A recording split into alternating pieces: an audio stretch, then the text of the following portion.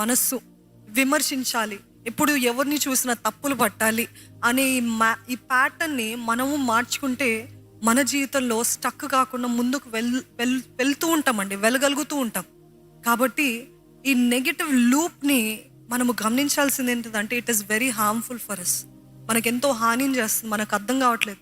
మన జీవితం ఈ రీతిగా ఆగిపోయిందంటే, మన జీవితం ఈ రీతిగా ముందుకు వెళ్ళలేకపోతుందంటే, మన జీవితం ఈ రీతిగా దీనంగా ఉంది అని అంటే మనకు అర్థం కావట్లేదు. నా మనస్సు, నా ఆలోచనలు సరిగ్గా లేవే, నేను ఆలోచించే ప్యాటర్న్ సరిగ్గా లేదే, ఇది హానికరము, ఇది ఒక విషము అని చాలా మంది గ్రహించలేకపోతున్నారండి. ఎందుకంటే ఎప్పుడు చూసినా నెగటివ్. కుటుంబాలలో ఎందుకు గొడవలు? ఎందుకంటే ఎప్పుడు చూసినా భార్య ఏదో నెగిటివ్ థాట్ భర్త పైన, భర్త ఏదో నెగిటివ్ థాట్ భార్య పైన, అత్తగారు కోడల పైన ఎప్పుడు ఏదో నెగిటివ్ థాట్, కోడలు అత్తగారి పైన ఏదో నెగిటివ్ థాట్. ఇంతే, నేను ఎంత చేసినా ఇంతే అని ఫిక్స్ అయిపోతూ ఉంటారు. ఎందుకు? దాని గురించి, వారి గురించి, ఆ పరిస్థితి గురించి చక్కగా ఆలోచిస్తే ఒకవేళ ఆ పరిస్థితి దేవుడు మారుస్తాడేమో అని ఆ రీతిగా చూడరు. కానీ ఇంతే, వీళ్ళు మారరు, నా భర్త మారడు, నా భార్య మారదు, ఇంకా మా ప్యాటర్న్ అంతా ఇంతే అని ముద్ర వేసేస్తూ ఉంటారండి. అందుకని మన జీవితాల్లో స్టక్ అయిపోతాము.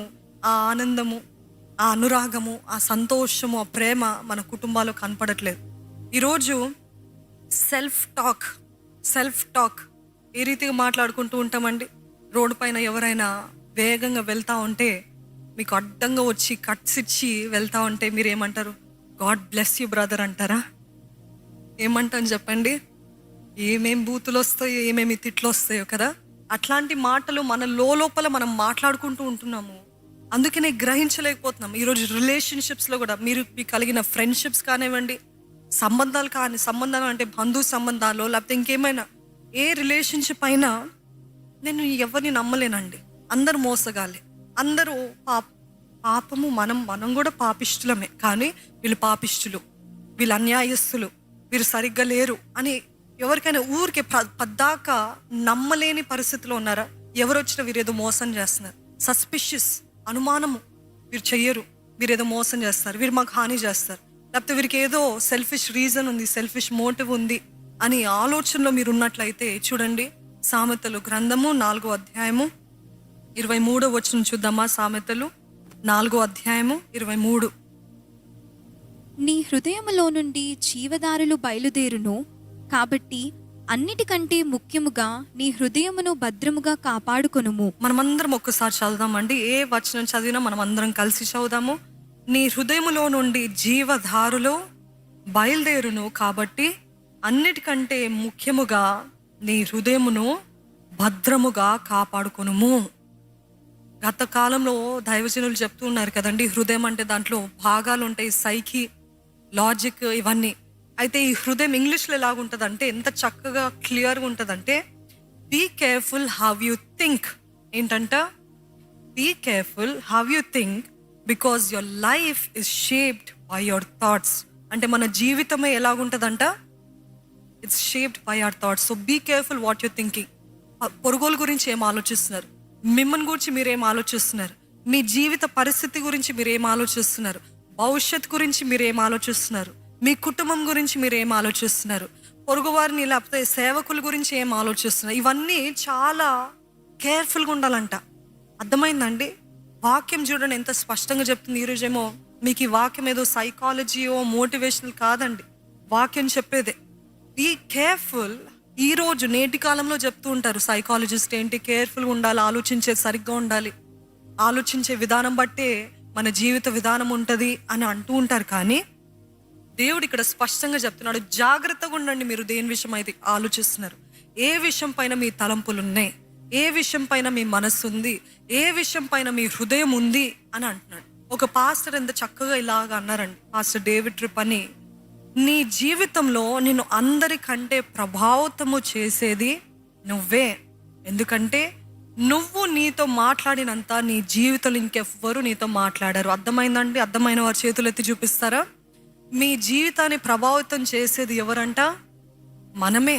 ఎందుకంటే మనతో మనము మాట్లాడినంత, అంటే పొద్దున్న లేసిందే నుండి రాత్రి పడుకుందాకా, కొంతమంది కళల్లో కూడా మాట్లాడుకుంటూ ఉంటారు కదా. ఎంతమందికి అనుభవం ఉంది? మీ పక్కనున్న వాళ్ళు చెప్తా ఉంటారు, అవును ఇట్లాంటి మాటలు మాట్లాడేవాళ్ళు. అంటే రోజుకి మనము ఇతరులతోటి మాట్లాడే కంటే మనతో మనము మాట్లాడేదే చాలా ఎక్కువ ఉందంట. అంటే మన జీవితాన్ని ప్రభావితం చేసేది దేవుడు తర్వాత ఇంక ఎవరు అని అంటే ఎవరండి? మనమే. So you are being the greatest influence over your life. ఎంతమంది మీలో చెప్పగలరు లోకము ఇంకా ఇంకా రోజు రోజుకి నెగిటివ్గానే మారుతుంది? ఎక్కడైనా పాజిటివ్గా మారుతుందని గమనిస్తున్నారా, లేకపోతే నెగిటివ్గానే మారుతుందా? ఈరోజు ఎక్కడ చూసిన నెగిటివిటీ కదండి. ఎక్కడ చూసిన ప్రతికూల పరిస్థితులే, నెగిటివ్ మాటలే, నెగిటివ్ కార్యాలే. ఇది ఒక అలవాటుగా అయిపోయింది. క్రానిక్ నెగిటివిటీ అంటున్నారంట. క్రానిక్ నెగిటివిటీ ఏంటి అని అంటే దీర్ఘకాలము, అంటే కొనసాగుతానే ఉంది. స్టార్ట్ అయింది ఎప్పుడో, కానీ కొనసాగుతానే ఉంది, ఇంకా ఎక్కువ అవుతానే ఉంది. అలవాటు అయిపోయింది, నిరంతరమైనది. ఈ కోవిడ్ ఎలాగైతే ఒక జబ్బులాగా మారిందో, ఒక పాండమిక్ లాగా మారిందో, ఈ నెగిటివిటీ అనేది ఈ లోకంలో, ఈ తరంలో ఇప్పుడు ఇంకా ఎక్కువగా విజృంభిస్తుంది. నమ్మిన వారు చేతులెత్తి చూపిస్తారా? Everywhere you go there is negativity. Whatever you see there is negativity. Whatever comments you read there is negativity. Whomever you speak to తెలిసి అంత బాగుందిలే కానీ స్టార్ట్ చేస్తారు కదండి నెగిటివ్ మాటలు. ఇదంతా బాగా జరిగింది, కానీ ఏంటి అంటే ఈ లోకమంతా కూడా ఇంకా మంచి చూడటం ఆపేసి ఎక్కడ తప్పు పడదామా, ఎక్కడ లోపాలు ఉన్నాయా, ఎక్కడ వారి బలహీనతలు ఉన్నాయా, ఎక్కడ సరిగ్గా లేదా, ఈ చర్చ్ అంతా బాగుంది కానీ, ఈ పాటలన్నీ బాగున్నాయి కానీ, అనుభవం బాగుంది కానీ అని ఈ నెగిటివ్ ఆలోచనలు కంటిన్యూస్గా మన జీవితంలో విజృంభిస్తున్నాయండి. వీటిని ఎలాగా ఆపగలుగుతాము? చూడండి, నెగిటివ్ థింకింగ్ బట్టి చాలామంది వారి ఆరోగ్యాన్ని స్వతహాగా వారు పాడు చేసుకుంటున్నారు. ఇది ఒక సైకలాజికల్ది మాత్రమే కాదు, కానీ ఇది ఒక స్పిరిచువల్ దాడి, స్పిరిచువల్ అపవాది అబద్ధాలు అని నమ్మాలండి. ఎందుకంటే అపవాదికి ఇంకో పేరు ఉంటుంది, ఎవరైనా చెప్పగలుగుతారా? అబద్ధాలకు జనకుడు. Is the father of lies. So who's keeping on talking to you about the negative things? Not only your mind but also the enemy, the father of lies. అపవాది అబద్ధాలకు జనకుడు అంట. కంటిన్యూస్గా మీరు ఒకవేళ నెగిటివ్ పరిస్థితులు ఉన్నారనుకోండి, దానిపైన ఇంకా ఏం చేస్తాడంట? నూనె పోస్తాడంట, లేకపోతే కారం వేస్తాడంట. ఏంటి? ఇంకా నొప్పి, ఇంకా విశాలపరచడానికి, ఇంకా పెద్దగా చేయడానికి. ఈరోజు ఈ అపవాది స్పిరిచువల్గా మనని దాడి చేస్తున్నాడని మనం జ్ఞాపకం చేసుకోవాలండి. ఈ ఆలోచనలు ఇట్లా వస్తున్నాయండి, ఇది నాది కాదు కదా, దేవుడైతే ఇట్లా అన్నాడు కదా, ఇదేంటి అపవాది అని. అందుకని be careful what you think. Be careful what you think. చాలా ఈరోజు మీకు ఏం ఎక్కినా ఎక్కకపోయినా మీరు ఇది మాత్రం గుర్తుంచుకోండి, నేను ఏది ఆలోచిస్తున్నానో నేను జాగ్రత్తగా ఉంటాను. నేను ఏది ఆలోచిస్తున్నానో నేను జాగ్రత్తగా ఉంటాను.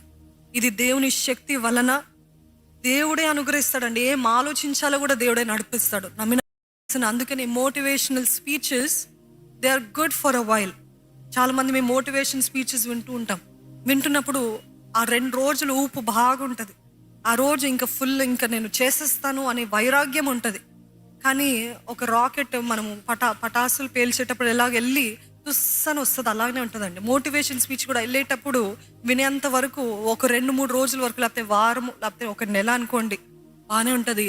కానీ మరలా దిగిపోతుంటుంది, దాని ప్రభావం ఉండదు. అది దేవుని వాక్యానికి మోటివేషనల్ స్పీచెస్కి తేడా ఏంటిదంటే, దేవుని వాక్యం జీవం కలిగినది, దేవుని వాక్యం శక్తి కలిగినది. అందుకనే నా బలము కాదు, నా శక్తి కాదయ్యా, నీ ఆత్మ వలనే. ఈరోజు ఈ థాట్స్ నుండి విడుదల కావాలంటే ఇది మోటివేషనల్ స్పీచ్ కానీ కాదు, కానీ దేవుని అడగాలి ఏంటిదంటే, దేవా నేను ప్రయత్నిస్తే మరలా నాకు అదే సైకిల్, అదే లూప్, అదే అలవాటు, ఆ వ్యర్థ ప్రవర్తన నాలో ఇంకా ఉందయ్యా, కానీ నీ శక్తి వలన నాకు మార్పుని దయచే. ఒక షిఫ్ట్, ఒక న్యూ ప్యాటర్న్, ఒక న్యూ థింకింగ్. ఎలాగ క్రీస్తు యేసు ఆలోచిస్తాడో, ఎలాగ క్రీస్తు యేసు ఈ పరిస్థితులు ఉంటే ఏం చేస్తాడో, ఆ రీతిగా నేను నడుచుకునే కృపను నాకు దయచేవా. మీ థాట్స్ అండి, మీ ఆలోచనలు చాలా శక్తివంతమైనది. మీ జీవితము కట్టబడాలంటే మీ ఆలోచన బట్టి ఉంది. మీ జీవితం నాశనం అవ్వాలంటే మీ ఆలోచన బట్టి ఉంటుంది. తగ్గింపుతో ఉన్నారా, దీనత్వంతో ఉన్నారా, దేవుని సన్నిధులు తగ్గించుకుంటూ దేవా నీవే నాకు ఉపదేశము దయచే అంటే దేవుడు చక్కటి ఉపదేశము, మార్గదర్శనం దయచేసి మనల్ని నడిపిస్తాడండి.